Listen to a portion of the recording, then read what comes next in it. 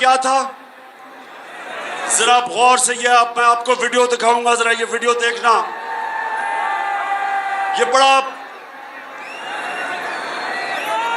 یہ وہ ویڈیو دیکھیں گے آرام ابھی روکو.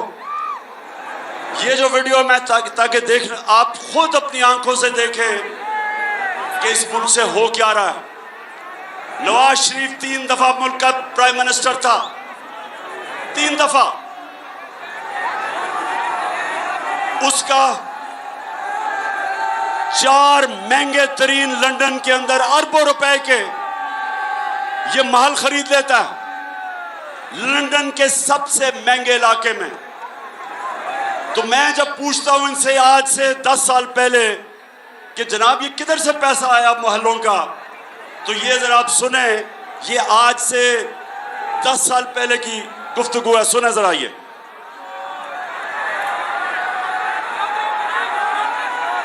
پراپرٹی آپ لے سکتے ہیں کیونکہ آپ نے مے فیئر کے اندر جو آپ کی 4 اپارٹمنٹس ہیں ان کی 1 ارب سے زیادہ، 1 ارب روپے سے زیادہ ان کی قیمت ہے.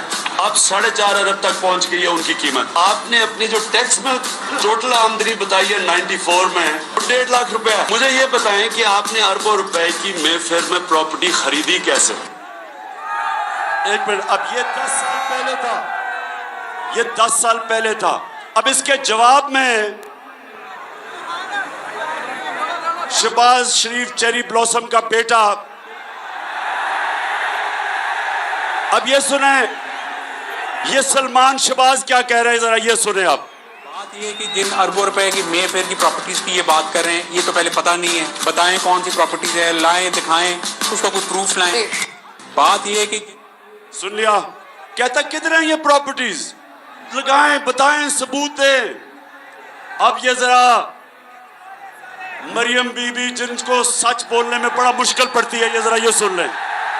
اس طرح مجھے لگا کہ آپ لوگوں کو بیوقوف نہیں بنا سکتے. میری سسٹر لندن میں پراپرٹیز تو دور کی بات ہے، میری پاکستان میں بھی کوئی پراپرٹی نہیں ہے. میں اپنے والد کے ساتھ ہے اور مجھے سمجھ نہیں آئی کہ میری اور میری والدہ کی اور بہن بھائیوں کی پراپرٹیز یہ کہاں سے نکال کے لے آئے ہیں. میرے نام پاکستان میں کوئی پراپرٹی نہیں ہے، یہ تو انگلینڈ کی بات ہے.